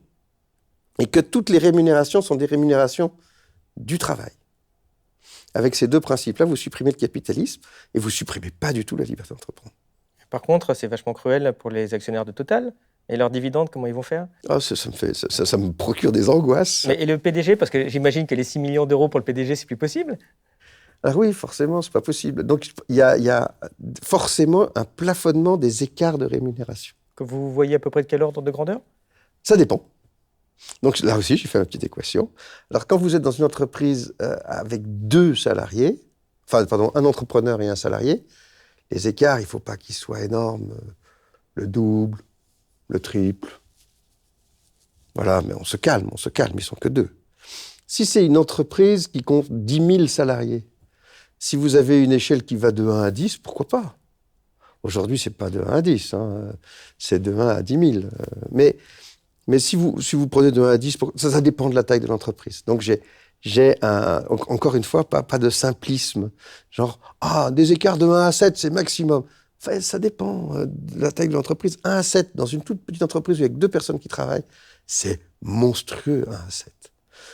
1 à 7 dans une entreprise de 10 000 salariés, ça va, pourquoi pas? Pourquoi pas? Il peut y avoir une hiérarchie des salaires. Donc, je suis favorable à la réduction des inégalités, à une réduction drastique des inégalités. Parce qu'il faut voir ce que c'est aujourd'hui, hein, c'est monstrueux. Réduction drastique des inégalités, mais pas suppression. Encore une fois, des écarts, pourquoi pas, mais raisonnables. Dans le livre, vous rappelez d'ailleurs quelque chose dont on parle assez peu, parce que quand on le fait comme je viens de le faire moi, vous parlez des grosses boîtes, vous parlez des avocats aussi en disant qu'il y a quand même des écarts de rémunération aujourd'hui entre avocats qui font le même métier, mais évidemment pas dans le détail, mais enfin en gros, ça reste avocats, quoi, qui sont gigantesques, qui sont de combien aujourd'hui? Alors, les avocats, c'est une des professions où les inégalités sont les plus brutales de toutes les professions qui soient. Alors, là aussi, j'ai plein de trucs sur l'accès à la justice. Je pense que la justice est un service public. Donc, il convient de faire en sorte que ça fonctionne comme un service public. Et c'est comme ça en misarchie, en fait. Oui, forcément. Donc, il faut que l'accès à la justice soit gratuit, pour commencer. Donc, ça veut dire que la rémunération des avocats doit être pensée d'une certaine manière, qui ne soit pas coûteuse pour le justiciable. Et ensuite, il faut que cette rémunération soit calculée. Alors, actuellement, elle est indexée à la somme, finalement, qui est en jeu dans le procès. Mais ça veut dire que si vous défendez des pauvres gens, ils demandent des pauvres sommes, les pauvres gens. Ils demandent 200 euros, 300 euros. Pour eux, c'est vraiment beaucoup.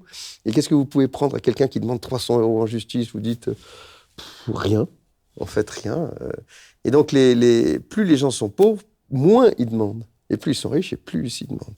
Et donc, les avocats de riches, ils peuvent gagner beaucoup d'argent. Et puis, les avocats de pauvres, ils gagnent très peu d'argent. Et ça ne correspond pas à l'importance des procès. Parce que quand vous êtes en train de faire un procès en défendant Total et que ça coûte, c'est un procès à 1 million d'euros, mais pour Total, c'est rien. Mais si vous faites un procès... C'est 2 mois de PDG quand même, arrêtez quoi. Oui, c'est ça. Non, sur les charges, pardon, ça fait... Mais ça si fait vous faites un procès pour quelqu'un qui est au RSA et que vous faites un procès qui vaut, je sais pas moi, 1 000 euros, enfin, 1 000 euros de moins, 1 000 euros de plus, enfin... C'est toute sa vie qui peut être bouleversée, parce qu'on compte les centimes dans ces cas-là. Et on compte les centimes, et tout d'un coup, vous avez 1 000 euros de moins, mais ça vous fait exploser votre budget, et définitivement sur 10 ans. Et vous êtes interdit bancaire, vous êtes surendetté. Avec 1 000 euros, vous avez toute votre vie qui tombe par terre. Et donc, celui qui va défendre pour 1 000 euros, qui défend la peau du pauvre, lui, il doit être mieux rémunéré que l'autre qui, finalement, défend quelque chose qui n'intéresse pas tellement son client. Si on revient sur les entreprises, on a parlé de la propriété, mais pour le travailleur, ça se passe comment? Et en particulier, il travaille combien de temps en misarchie? Alors, c'est mon côté libéral, moi, je travaille tant qu'il veut. Hein. Mais, d'un point de vue global, j'ai des préférences, forcément. Alors, quelles sont mes préférences? Mes préférences, c'est le partage du travail rémunéré. Je voudrais que tout le monde puisse bénéficier d'un travail rémunéré. Je pense que c'est très important. Actuellement, vous avez des gens qui travaillent énormément jusqu'au burn-out d'un côté, et d'autres qui travaillent pas et qui sont désocialisés, dans une certaine misère. Et en plus, dans des systèmes d'assistance qui touchent des sommes comme ça, et qui sont de ce fait-là dévalorisés. En plus, ça énerve terriblement les travailleurs pauvres de voir à côté ceux qui arrivent à s'en sortir sans travailler. Et tout ça génère de la violence, de l'énervement. Donc je pense qu'il convient absolument de partager le travail rémunéré. Je pense qu'il convient du coup aussi de partager absolument le temps libre. Parce que quand vous avez que du temps libre et que vous êtes pauvre, en réalité, vous n'en profitez pas tellement de votre temps libre. Et ceux qui sont limite burn-out, en train de travailler tout le temps, qui ont des sous, ils n'en profitent pas tellement de leurs sous. Donc, partageons le temps de travail et partageons le temps libre. Parce que le temps libre, c'est aussi une condition de la liberté. Et donc, il faut faire une réduction drastique du temps de travail pour permettre un partage efficace du temps de travail. Alors, le tout sans fixer forcément de durée maximale trop faible. Si certains ont des compétences rares, et que quelqu'un qui a une compétence rare travaille beaucoup, pour la société, c'est pas mal, parce qu'il a une compétence rare. Alors, si on le fait travailler beaucoup, on en bénéficie beaucoup de sa compétence rare. Donc, on peut avoir, dans certains cas, des gens qui travaillent beaucoup. Alors, comment est-ce qu'on gère ? Alors aujourd'hui, il y a un système qui existe, qui est une différence entre ce qu'on appelle la durée légale du travail et les heures supplémentaires. La durée légale, les gens connaissent bien, c'est 35 heures. Et au-delà de 35 heures, on appelle ça les heures supplémentaires. Ce système me semble pas mal, je maintiens. On a une durée légale, mais sauf que ce ne sera pas 35 heures, mais 16 heures. Et on a des heures supplémentaires qui permettent de travailler plus. Actuellement, les heures supplémentaires sont mieux rémunérées que les heures de base. Il y a un supplément. Et donc, les gens sont incités à travailler beaucoup. D'ailleurs, en plus, on défiscalise ça. Moi, forcément, je veux faire l'inverse. Je veux inciter les gens à partager le temps de travail et donc à travailler moins. Donc, on va faire l'inverse. On va dire que les premières heures sont pas mal rémunérées et que les heures supplémentaires sont peu rémunérées. Alors, vous allez dire, oui, mais ça incite les employeurs à faire bosser beaucoup les gens pour les payer peu. Ah non, donc ça ne marcherait pas. Donc, il faut que les premières heures soient très peu chargées et que les heures supplémentaires soient dotées de grosses cotisations sociales. C'est important parce que comme ça, mes premières heures seront pas mal rémunérées. Elles seront un peu subventionnées en réalité, puisque c'est comme si vous cotisiez sans cotiser. Les premières heures sont un petit peu subventionnées, ce qui permet d'avoir un salaire décent avec 16 heures de travail seulement. Et puis les heures supplémentaires sont, elles, en revanche, très, très, très coûteuses pour l'employeur, assez mal rémunérées pour le salarié, donc incitation pour les employeurs de ne pas en faire, incitation pour les travailleurs de ne pas en faire. C'est mon objectif. Alors, certains en feront quand même. Les gens s'ennuient, vous savez, ils aiment bien travailler plus. Et très bien. Mais tout ceci fait qu'ils seront fortement chargés sur ces sommes-là. Et avec ça, on payera la subvention pour les premières heures. Si vous voulez travailler 16 heures par semaine, il faut que ce soit possible. Si vous travaillez plus, possible, mais coûteux. Globalement, je pense que les gens vont de ce fait-là travailler moins. Beaucoup de gens ont des métiers qui sont un petit peu pénibles, et si on les incite à travailler moins, tout en conservant un salaire décent, ils vont être d'accord. D'autres adorent leur métier, vous pouvez les inciter tant que vous voulez, de toute façon, ils ne s'arrêteront jamais de bosser, ceux-là. Bon, très bien, ils accumulent leur travail sur eux. C'est un problème pour la société, puisqu'ils prennent tout le travail rémunéré, c'est un problème coûteux. Donc, du coup, eux, ils seront amenés à payer beaucoup, ce qui permettra de payer... Donc, l'un dans l'autre, ça fonctionne. Et ça permet, à mon avis, une réduction très sensible du temps de travail. Moyen. Mais ça ne veut pas dire que j'ai diminué la quantité de travail rémunéré dont la société a besoin. D'abord, comme j'ai réduit le temps de travail, j'ai augmenté le temps libre. Si j'ai augmenté le temps libre, j'ai augmenté les activités du temps libre. Les activités du temps libre, elles sont très utiles à la société. C'est pas seulement s'occuper des enfants, c'est aussi Wikipédia, c'est aussi les logiciels libres. Les activités du temps libre, c'est extraordinairement précieux. C'est tout ce qui permet de créer de la culture, c'est fantastique. Donc j'ai augmenté les activités du temps libre. En augmentant le temps libre, j'ai amélioré la société. Mais il y a aussi des activités qui sont des activités qui méritent d'être rémunérées, parce qu'elles sont... on ne va pas les faire si ce n'est pas rémunéré, de vider les poubelles et choses comme ça. Donc ces activités-là rémunérées, je les ai partagées, pour que personne ne soit privé d'emploi, en quelque sorte, et que donc ça permette de supprimer l'assistance. Mon objectif, c'est de réduire au maximum l'assistance, en réalité. Donc tout le monde touche sa rémunération, bien partagée, et ça nous permet donc une société qui est beaucoup plus égale, en quelque sorte. Une société très fracturée aujourd'hui entre ceux qui sont privés d'emploi et qui vivent d'aides diverses, et ceux qui ont un emploi et qui sont épuisés. Et donc, ce type de partage me semble à la fois possible et facile. Et ce que je voulais dire, c'est que je n'ai pas diminué le nombre d'heures globalement travaillées. Je pense qu'il faut réduire le nombre d'heures globalement travaillées. Je pense que c'est une question qui est liée au productivisme, à la planète. Il faut réduire le nombre d'heures travaillées. Mais c'est une autre question. Mais là, on peut passer aux 16 heures par semaine sans réduire le nombre d'heures travaillées. Pourquoi ?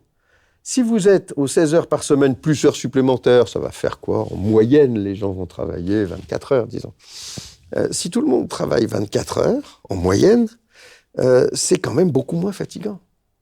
Alors, si c'est beaucoup moins fatigant, vous aurez forcément des gens qui peuvent travailler un peu plus tard, certains qui peuvent commencer à travailler un peu plus tôt.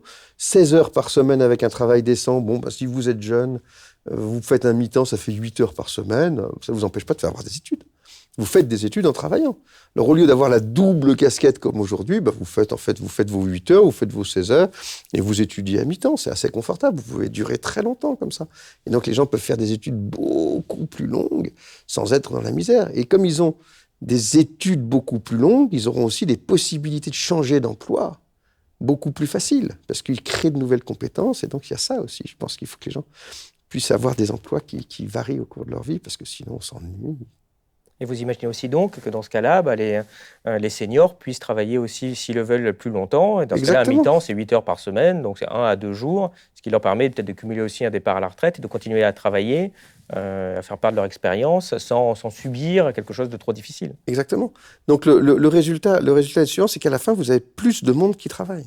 Aujourd'hui, il y a assez peu de gens qui travaillent finalement. Vous enlevez tout ce qui est jeune, tout ce qui est un peu plus vieux, tous ceux qui sont privés d'emploi, tous ceux qui sont à distance par rapport à la demande d'emploi. C'est beaucoup plus que les chômeurs. Donc tous ceux qui ont une distance par rapport à l'emploi, à la fin, vous avez assez peu de monde qui travaille. Si on partage le travail et que tout le monde travaille, on peut baisser très, très, très substantiellement.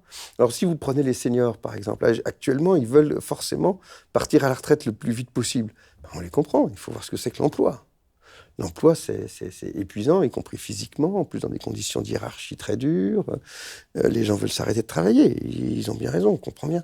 Si vous avez un travail qui est de 16 heures seulement et que vous avez la possibilité de passer à mi-temps dans une entreprise en plus égalitaire où tout le monde rachète l'entreprise, vous aurez peut-être envie de continuer plus longtemps. Et à ce moment-là, si vous avez envie de continuer plus longtemps, forcément, on vous laissera le faire. Et donc, on aura plus de monde qui travaille moins. Donc, un partage du travail, un partage aussi du temps libre, et donc quelque chose de plus équilibré et de plus agréable pour tout le monde. Vous rejoignez un peu finalement la pensée de Bertrand Russell qui, dans Éloge de l'oisiveté, disait qu'on pouvait imaginer de travailler simplement 4 heures par jour. Je signale d'ailleurs que sur Elucide, on a fait une fiche de synthèse de cet ouvrage vraiment très important de Russell que vous retrouverez sur le site. Là, je suis à même moins de 4 heures par jour, puisque je suis à 16 heures par semaine. Ça fait un petit peu moins. C'est une la productivité a augmenté depuis Russell. Oui. Alors, si on indexe ça aussi, on peut indexer ça avec la question planétaire. Je pense que c'est lié, la question de la planète, à la question de l'écologie. Le productivisme aussi, c'est une catastrophe. Donc, si on peut réduire un peu le productivisme, on va aussi réduire un petit peu le temps de travail. Et ça aussi, c'est très positif. De toute façon, indépendamment de cette question, une répartition du temps de travail sur une base plus égalitaire qu'aujourd'hui, suffit à entraîner une diminution drastique du temps de travail, et ça permet de construire une société beaucoup plus égale. Parce que si tout le monde a accès à un travail rémunéré, eh bien tout le monde gagne sa vie, et si tout le monde gagne sa vie, forcément, les écarts entre les plus pauvres et les plus riches, ça s'amenuise. Qu'on soit bien d'accord, dans votre système, c'est pas un revenu universel. Non, pas du tout. Je suis contre. Je suis contre le revenu universel. C'est quelque chose qui est... Alors, je comprends bien ceux qui sont favorables au revenu universel. Certains sont des amis. C'est toujours des amis ? Oui, c'est toujours des amis. On peut avoir des différences d'opinion avec ses amis, quand même, heureusement. Je comprends bien l'idée. En fait, ils ont souvent envie d'en bénéficier eux-mêmes. Et ils se disent comme ça, et puis je serai libre en quelque sorte, et je pourrais m'occuper de jouer de la guitare, à moi la liberté. À moi la liberté. Mais il faut d'ailleurs rappeler que c'est aussi une idée qui a germé chez des néolibéraux très durs, façon Milton Friedman et compagnie. Hein, Ah oui. Alors chez les Milton Friedman et autres, c'était on donne de l'argent comme ça à tous nos déchets de la société, ils nous emmerdent plus. Et puis surtout, il n'y a rien plus, il n'y a plus de sécu, il n'y a plus rien. Et tout le monde pareil.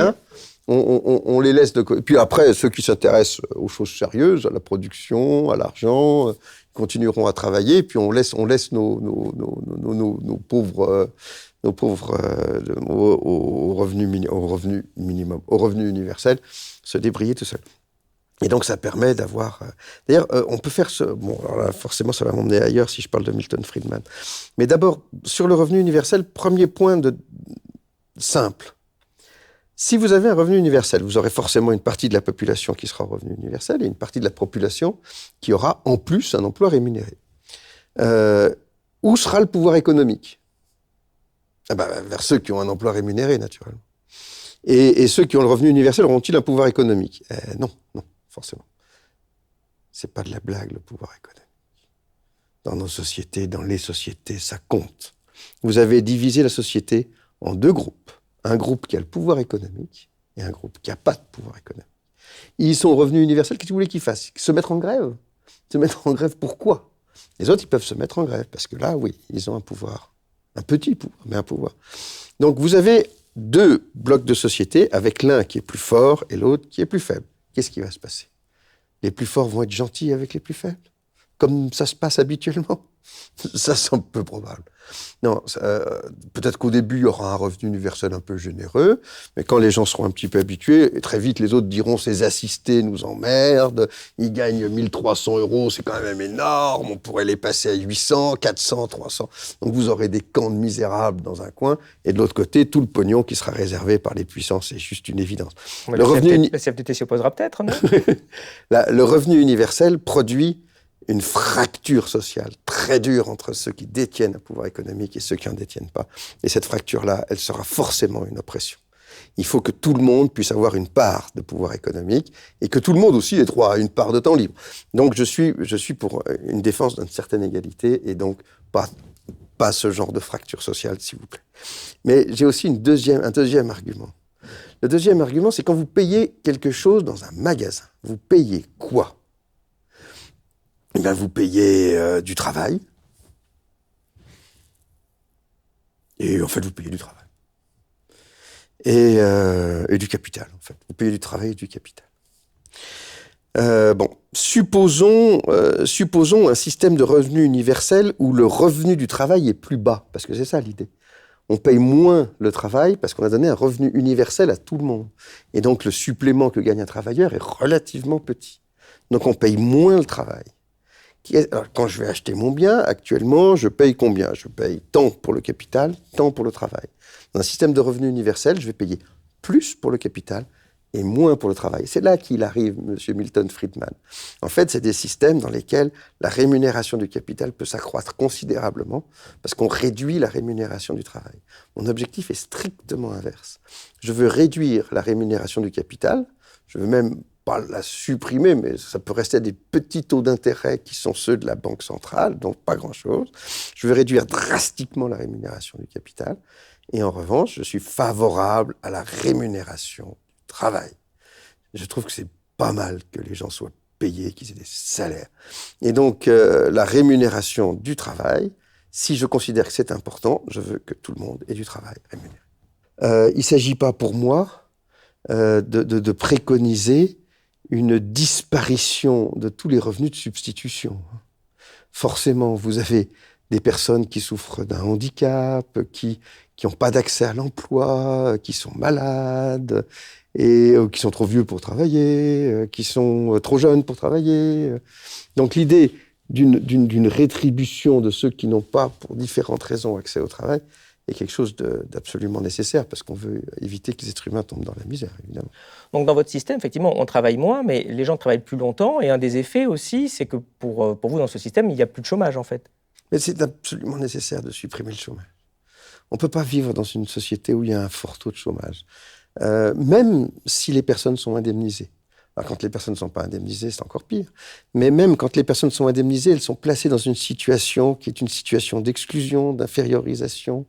C'est une situation qui est difficile, le chômage. Donc, il faut effectivement se battre contre le chômage. Est-ce que c'est possible de supprimer le chômage? C'est très facile même. Si vous faites un partage du temps de travail, il y a largement assez de travail pour tout le monde. Donc, est-ce que c'est envisageable de supprimer le chômage? Oui. Est-ce qu'on le fait? Non. Pourquoi est-ce qu'on ne le fait pas? Parce qu'on est dans une logique de patronale. La logique patronale, c'est plus facile d'embaucher une personne qui travaille 40 heures que d'en embaucher 2 qui travaillent 20 heures. Donc, ils préfèrent en embaucher qu'un. Et donc, on le laisse faire et c'est ce qu'il fait. Et du coup, il y en a un qui est sur le carreau. Dans votre système, la misarchie, est-ce que c'est quelque chose qui s'envisage dans un pays, alors qu'on est dans un système mondialisé, compétitif, en concurrence, ou est-ce que c'est un truc qu'il faut mettre, je sais pas, à l'échelle d'un continent, voire plus? Alors, forcément, je l'ai pensé à l'échelle d'un pays. Je dis forcément parce que c'est de la triche de l'imaginer au niveau mondial. C'est déjà assez difficile de passer en misarchie. J'en ai parlé un peu des méthodes pour essayer de passer en misarchie dans le dernier chapitre. C'est déjà dur, hein. C'est pas comme si c'était déjà fait, hein. Loin s'en faut. Mais alors, s'il fallait un bouleversement mondial d'un seul coup, ça deviendrait rigoureusement impossible, impensable. La planète va pas faire flop, abracadabra, je suis en misarchie. Donc il faut de toute façon que ça commence par un pays. Donc de toute façon, il faut qu'on ait un système viable sur un seul pays. Donc c'est pensé sur un seul pays. Donc ça veut dire du commerce international, des questions de frontières, et toutes ces questions-là sont forcément abordées. Et je pense qu'il est tout à fait possible d'avoir ce système-là dans une économie même mondialisée avec du commerce international. Et il ne s'agit pas du tout pour moi de prohiber le commerce international, évidemment. C'est d'ailleurs pour ça que ça ne se fait pas dans une île. Souvent, ils font leurs utopies dans une île, ils font des isolats, en quelque sorte. Et ils imaginent que tout tourne en rond. Ça ne correspond pas à notre planète, ça, vraiment, c'est fini, ces trucs-là. Donc, il ne s'agit pas d'une île, il s'agit d'un pays avec des frontières, avec des flux migratoires, avec tout ce qu'il faut. Eh bien, nous arrivons à la fin de cet entretien. Merci beaucoup. Je vais vous poser notre question traditionnelle. Qu'est-ce qui, selon vous, est connu de peu de personnes et qui mériterait d'être connu de tous? J'ai envie de vous parler d'un livre sans aucune écriture. Il n'y a que des dessins. C'est un livre de Sharon Tan qui s'appelle en anglais The Arrival, l'arrivée. Ça me plaît bien en anglais. En français, ils ont traduit par Là où vont nos pères. Bon, c'est beaucoup moins bien. Et comme de toute façon, c'est un livre qui ne contient que des images, finalement, que ce soit dans une langue ou dans une autre, c'est tout à fait universel. Et alors, c'est quelque chose qui me plaît beaucoup. C'est un peu comme dans mon voyage en misarchie. C'est quelqu'un qui arrive quelque part aussi. Et il arrive quelque part d'extraordinairement bizarre. Tout est étrange. Les animaux, on n'en a jamais vu des comme ça. Ils mangent des trucs vraiment étranges. Rien ne ressemble à ce qu'on connaît. Il est complètement perdu. Il a laissé sa femme et son enfant derrière lui et il essaye de s'intégrer dans cet univers. La langue est différente, toutes les techniques sont différentes, tout est compliqué. Il est complètement perdu là-dedans. Alors son objectif à l'auteur, c'est pas du tout de parler d'un monde meilleur. Son objectif, c'est de parler de cette projection dans un ailleurs. Et donc cette personne est projetée ailleurs et petit à petit, on comprend que ce dont il parle, c'est de l'immigration. Quand on vient vraiment de très loin. Alors moi, j'ai jamais immigré. Moi, je suis né en France, j'ai jamais immigré. Et ce livre-là permet de comprendre ce que ça peut être d'immigrer. Et à part ça, les dessins sont magnifiques. À chaque fois que je le lis, je pleure. Pas de tristesse, parce que c'est pas un livre triste du tout, c'est même assez joyeux. Et ça permet de montrer à tous ceux qui n'ont pas immigré, et pour l'instant, nous, on n'a pas immigré, pour beaucoup de ceux qui regardent ça, et c'est tant mieux, mais on ne sait jamais ce que l'avenir nous réserve, le monde est cruel à de nombreux égards, et ça permet de comprendre ce que c'est que l'immigration, pour ceux qui l'ont jamais fait, et c'est à la fois tendre et d'une beauté extraordinaire, et en plus, c'est une BD, mais c'est une BD avec que des images. Et je trouve que c'est une BD très pure, parce que quand on n'a pas d'écriture du tout, pas de bulle, on a une espèce de perfection, d'élégance. C'est vraiment magnifique, magnifique. Voilà, je vous conseille de lire ça.